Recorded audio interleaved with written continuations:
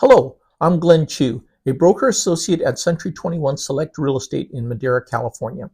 I serve communities in both Madera and Fresno counties, which are located in the heart of California's central San Joaquin Valley. Each week I post a Chew on This video blog that is focused on a single real estate topic. These weekly real estate video blogs will help you keep up with what is going on in this fast-changing world of real estate. I hope you find them interesting and valuable. Last week's video blog focused on the future of home prices and mortgage rates and how they both affect the affordability issue. As we know, there are a lot of people who want to buy a home but just can't because of their affordability issue. So we've come up with some different ideas. We think that one of the things that is viable is multi-generational living. Now, some of you are going to say, wait a minute, you're saying I have to live with my mom and dad? Or wait a second, you're saying me and my wife have to live with my son and daughter and my grandkids? That ain't ever going to work. For a lot of people, it's not going to work. I'm not saying it's going to work for everyone. But a study done by Pew Research says that it works for a lot more people than we would have thought it would. Actually, most multi-generational occupants see positives. This is the percentage you find living with an adult family member, whether or not it be an adult child or a parent, to be positive in the majority of instances. 58% says it's convenient most of the time. If we think about that for a second, it makes a lot of sense. The young couple who has a couple of kids has a built-in babysitter. They can go out for a romantic dinner, they can go away for a romantic weekend, and grandparents can spend time with their grandkids. For the grandparents, usually as they get to be empty nesters, what do they bring to the table? Most likely pets. What's the biggest challenge for them? Is if they want to go away for a weekend or go away for some time, who's going to look after the pets? Well, they have a built-in pet sitters. If it's really important, that we realize is convenient for a lot of people. Another thing, more than 50% say most of the time it's rewarding. Imagine grandparents, their adult children, and their grandchildren all living together, helping each other out. Isn't that what family is all about? So I do think that this is something we should take a look at and something we should consider grabbing hold of. I mean, it's a model most of the world embraces, and it's worked out pretty well over the course of human history. Now, I don't want you to think that multi-generational living is for everyone. Look at the last bar. 23% find it stressful. So obviously, if you have issues with your parents, don't move in with them. If you have issues with your adult children, don't move in with them. But if you think your grandchildren need more adult supervision and your kids need help providing that, and a lot of grandparents are in that category, they think exactly that, then this living arrangement makes perfect sense because the grandparents could spend more quality time with their grandkids and provide some more additional supervision.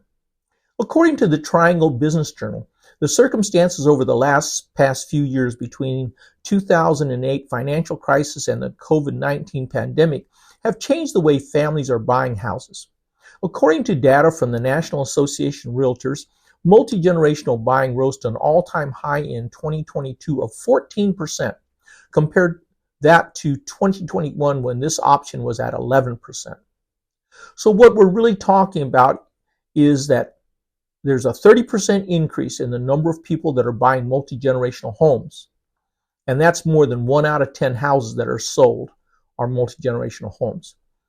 Now, I don't know about you, but I think this just might be the ticket for a lot of families that are finding themselves with affordability issues.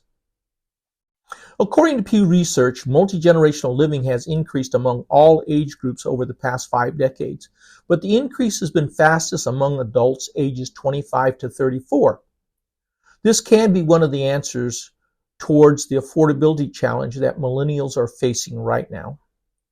Builders are now developing multi-generational floor plans that offer designs with 2 master suites, including main floor suites with kitchenettes, and share family spaces for extended family gatherings while also providing additional privacy when it's needed the most. Some include flex space that can shift from a family office to a nursery to give you the ability to adapt. Some include detached casitas, providing living options for even more privacy for your family. So whether it's attached living, or you're living in a house with a separate living suite, or a detached accessory dwelling unit known as an ADU, it's something that people are leaning strongly towards. As a matter of fact, the Federal Housing Administration, the FHA, just recently came out and they expanded the access to mortgage financing for homes that have or will include ADUs. The federal government understands that we have an affordability challenge. This is one of the ways that they're trying to help. Now understand that they're throwing money at this particular answer, which is a huge policy change for the FHFA. Also, it's a significant policy change for Fannie Mae when they announced that they will accept 5% down payments for owner-occupied 2, 3, and 4-unit homes. This marks a huge departure from the previous multifamily financing requirement of 15 to 25% down. So now Fannie Mae is saying, hey, listen, if you buy a 2-family house or you buy a duplex, your parents live on one side and you live on the other side, then we'll let you buy that house for 5% down.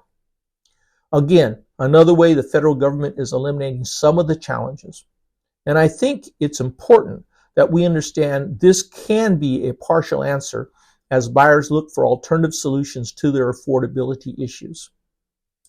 So if you're interested in multi-generational housing for your next move, you may want to consider talking to a trusted agent and local lending company to find out how combined finances can help you get the right home for your needs. That's it for this week's Chew on This real estate video blog. I hope you found the content informative. If you have any real estate questions in general, or if you want to know about what is going on in our local Fresno Madera marketplace, contact me so I can provide you with some answers. Thanks, and see you next week.